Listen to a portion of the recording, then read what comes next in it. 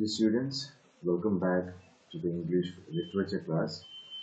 Today we will be beginning with a new chapter from English literature poem session, unit number 5, Television, written by Roald Dahl, part 1. So this is a new chapter. This is speaking about this chapter is dealing with a very relevant topic or subject, and that is about television. That's why the title of the chapter itself is television. So without wasting time, let's see what we are going to see, or what is the different poems, what are the different poems explained by the author Roald Dahl in this chapter. The most important thing we have learned so far as children are concerned is never let them near your television set, or better still, just don't install the idiotic thing at all. Once again, I'll read. The most important thing we have learned so far as children are concerned is never let them near your television set, or better still, just don't install the idiot thing at all. So first of all, I would like to tell you the author is described the television as an idiotic thing. And in the upcoming part of the chapter, you can see what are the reasons behind it. Why he called this television as an idiot box. Okay, so the most important thing we have learned. So the story is starting something in an abrupt, dramatic way. The poem starts something like an abrupt, dramatic way. So the author says that once when we consider the children, or when in the case of children, when we concern about the children, there is an important thing which we have learned, which we have noticed. What is that? It is never let them near your television set. Please don't allow the children go near the television set. Or in other words, or better still, just don't install the idiot thing at all. Please don't install the television set at your home. So this is what is the concern. When we consider children, when we are very much concerned about children, we have to do. Because we have noticed a number of things. In the upcoming part of the poem, you can see what are the concern or what are things they have noticed. Okay. In almost every house we have been, we have watched them gaping at the screen. They loll and slope and long about, and stare until their eyes pop out. Last week in someone's place we saw a dozen eyeballs on the floor. Okay, so here the author says that he had an experience. That he had, what was his experience? In almost every house we have seen, the author has got an experience once he has visited, or wherever he has noticed, wherever he had gone, they have noticed, they have watched them gaping at the screen. What is the meaning of the word gaping? Gaping means watching with eyes wide open for a long time.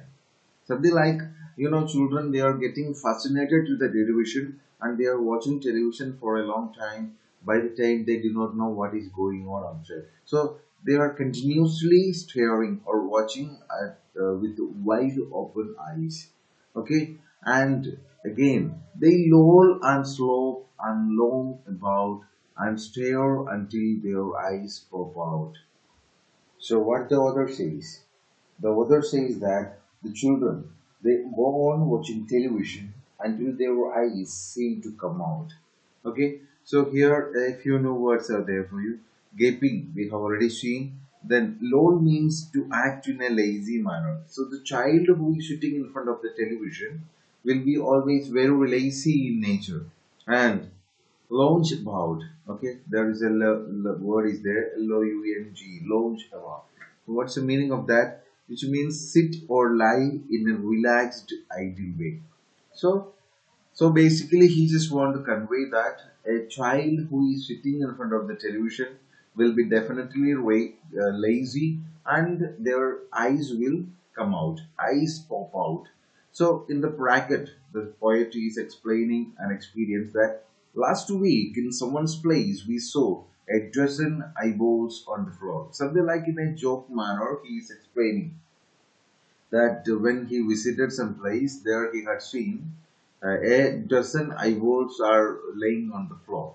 So, I, why he said so? It is because he says that if a child is watching TV for a long time, it will result only, or its result will be, or it will be like his eyes will pop out. That's why he says that in a place in the last week he had seen a dozen eyeballs on the floor. Okay, they sit and stare and stare and sit until they have hypnotized by it, until they have absolutely drunk with all that shocking, ghastly junk. Oh, yes, we know it keeps them still.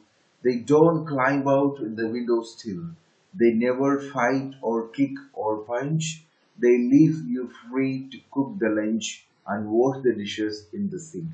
So here, the author said it will make the children or the child very lazy. And how it happens? That's what here the author says. They sit and stare and stare and sit. So the children, they go on staring at the television screen. They seem to be hypnotized. Okay, so if a child is watching television for a long time, so they will sit for that, and once they sit, they will be continuously staring at the television. Okay, and again, once they stare the television for a long time, they will sit in front of the television for a long time. So that's what he has used in the first line of this particular stanza.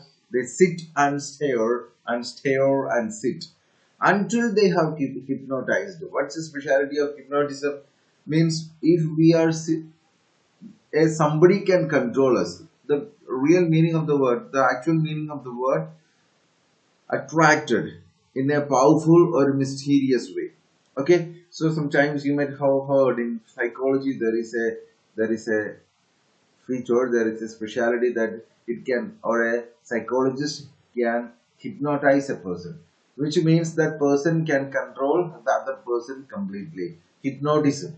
So here the television will hypnotize, or television will be hypnotizing the child, and they will be getting fascinated to it. They will be getting attracted to that. Okay, and until they have absolutely drunk.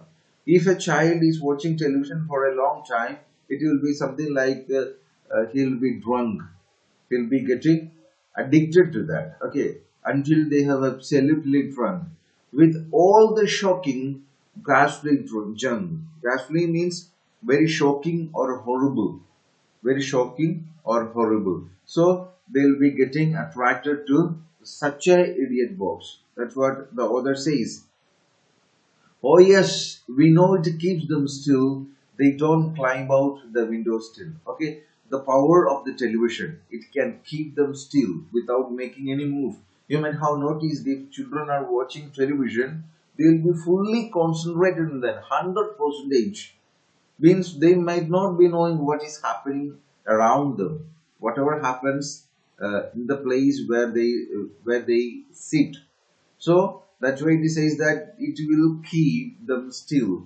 They don't climb out the window still. Okay, if the children, according to their age, they are very enthusiastic, energetic, creative, and active. But here, the children, those who are watching television, they won't go for any such things. That's what the author says. They don't climb out the window still. They never fight or kick or punch. They leave you free to cook the lunch and wash the dishes in the sink. Okay, so they won't climb the windows. They will never fight. They will never kick or they will never punch because they don't have time, because they are fully hypnotized by the television. They leave you free to cook the lunch and wash the dishes in the sink. So this is a statement to the parents. They leave you free. So the parents, they can complete their works. Okay, they will not indulge in fights with one another. They leave parents free to cook or wash dishes laying in the sink. So all these are the concern that the author conveys through this poem. But the author is not stopping with that. He is continuing to express his views. But did you ever stop to think, to wonder just exactly what this does to your beloved thought? It erodes the sense in the head. It kills imagination dead. It cluds and clutter up the mind. It makes a child so dull and blind.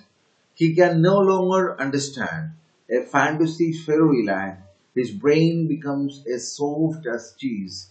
His power of thinking rust and freeze. He cannot think, he only sees.